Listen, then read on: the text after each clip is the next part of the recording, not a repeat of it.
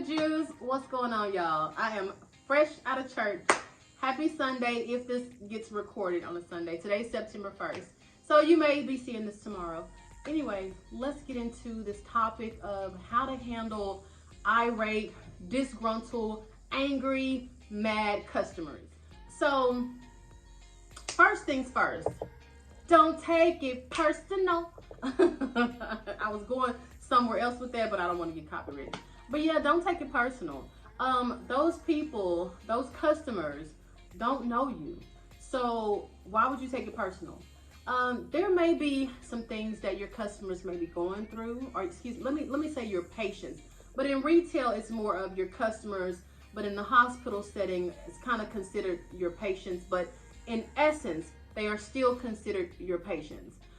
So yeah, don't take it personal, because when you start taking it personal, you'll be taking it, like I've told you before, you'll be taking it home with you, and that's something that you don't want to do.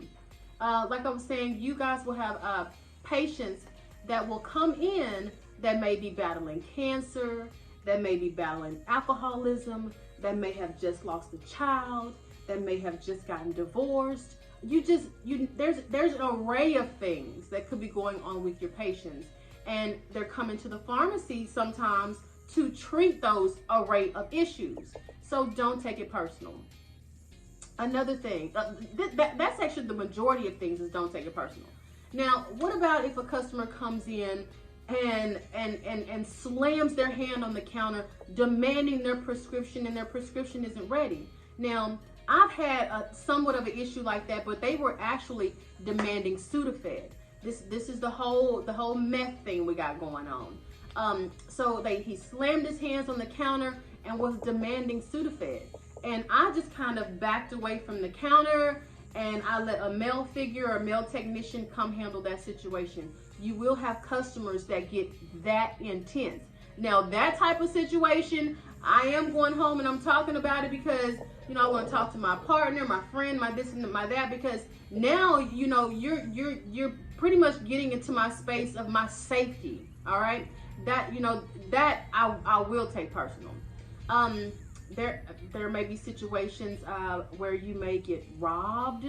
I have seen where some people have came in and shot up a pharmacy. I actually saw that on Facebook, where someone shot a Walgreens. So I'm shot up a Walgreens. So I'm gonna try to put that clip in this video to let you see it, and it may just be a picture that I have to insert, but I'll see if I can find it.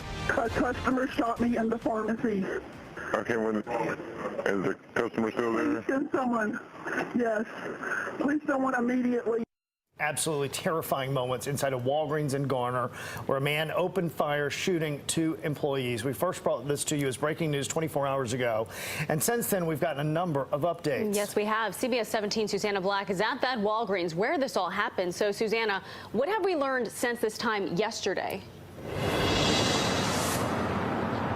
Well, the crime scene tape is still up, and investigators are still inside more than a day later. We know the suspect, Stephen Cummings, has been arrested and charged, and we know that a pharmacist and pharmacy tech left for work yesterday and ended up leaving with gunshot wounds. And that suspect, Stephen Cummings, faces a list of charges, including attempted murder. Garner police say the 60-year-old man shot Sarah Wright and Brandon Gordon. Walgreens coworkers tell us that Wright is a pharmacist and Gordon is a pharmacy tech.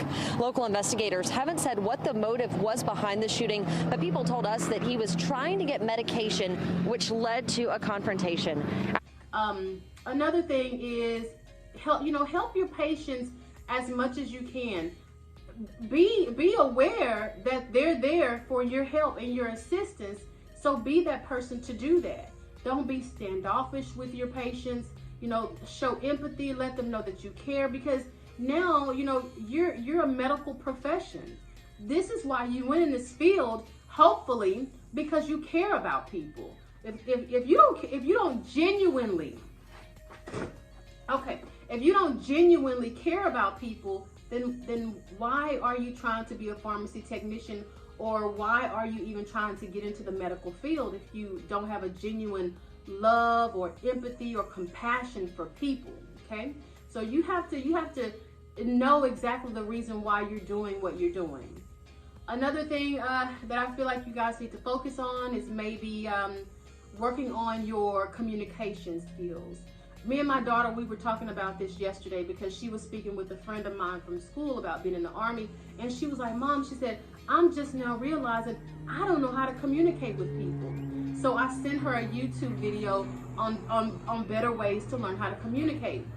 You have to work on your communication skills as well, because if you're going to be dealing with the public, you need to be able to know how to talk to people. You can't be babbling over your words. Know what you're going to say what you mean, and mean what you say. Okay, so practice on your communication skills, even if you have to get in the mirror. If you have to get in the mirror and be like, okay, I'm just going to say, for instance, that my name is Jackie. Hi, my name is Jackie. How can I help you? And then they'll say whatever they're going to say. Okay, what's your last name? I need your address, phone number, date of birth. They will give you all of that information. Just be open and be yourself. I use the name Jackie because that's my sister's name. So yes, just be yourself and just be open. Don't be a closed-minded person where everything is yes, no, yes, no. Be yourself. Hey, how are you today? How can I help you? Is there anything I can help you find? What are you looking for today? Can I have the pharmacist to assist you? And definitely always know that you cannot give any consultations. I don't care if it's over a popsicle, okay? And I tell my students the same thing. I don't care what it is, Tylenol, Advil, you may know exactly what those medications do, but you, my friend, you do not know what other medications that your patients are taking that may interact with these Advil or Tylenol. There's a train coming through, so I may have to pause the video for a second. We'll see how loud it gets. But every time a patient, one moment. Moments later.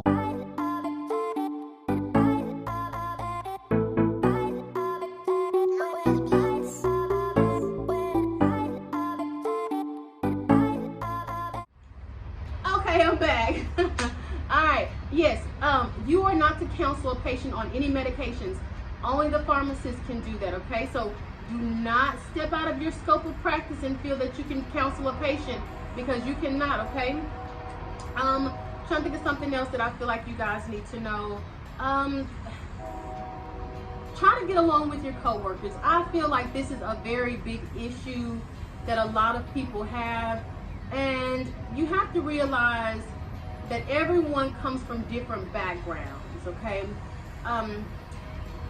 Just know that, and familiarize yourself with those different backgrounds, okay? Because one person may say that I like it done this way, the other person may like it done that way, and you guys just communicate with each other to try to get on common ground.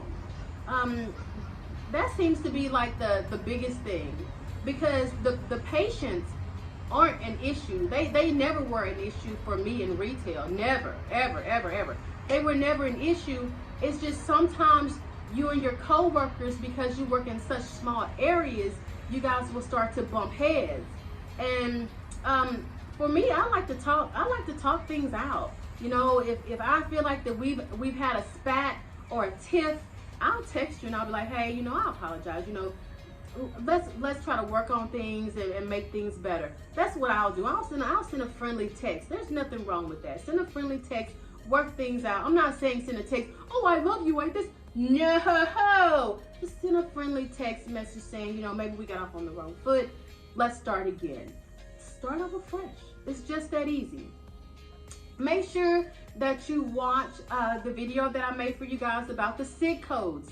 You will need that, okay? I'm gonna try to incorporate, I'm gonna try to incorporate at least, I think, 3 more videos attached to that part 1, because I think there's 3 more sections of SIG codes that I want to show you. I'm sorry about the video being 23 minutes long, but I wanted to go over that in detail with you so that you can know exactly what I wanted to focus on. And I want you to be able to learn that. I didn't want to just fly through that video and then once the video ended, you're like, what in the heck was that? No, no, no, no, no. That's not how you teach individuals. You go through it and you go through it carefully, and then you go back through it and make sure that they understand, okay? That's how I teach, and that's how my students pass their PTCB exam. That's how they pass their PTCB exam, because I make sure that I go over it and go over it and go over it, and I make sure that it sticks. Okay, if you have any questions on how to handle your customers in the pharmacy or your patients in the pharmacy, please drop a comment. If there's an issue or something funny that you've ever experienced in the pharmacy, drop it in the comments. I want to talk about it. I like to text you guys. I like to comment too. So make sure you like, comment, and subscribe, and I'll see you in the next video. Bye.